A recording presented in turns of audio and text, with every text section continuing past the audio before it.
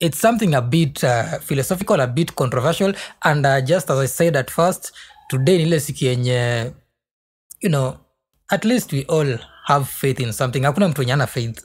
True, Whether you believe or you don't believe, you are a believer. Yeah. Huh? You can't escape from it. What? Sindio.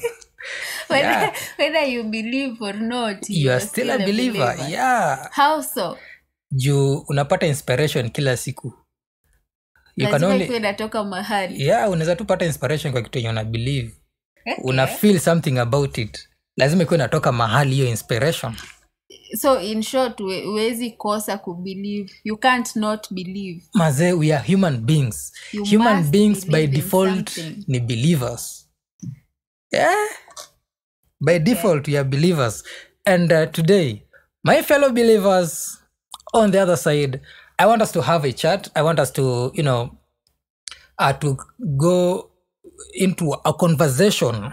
It's not a conversation that you'll meet in the streets on a daily basis. Yeah, na watu wengi watapigana na mtu anaongea hiyo conversation sana because yeah, sure.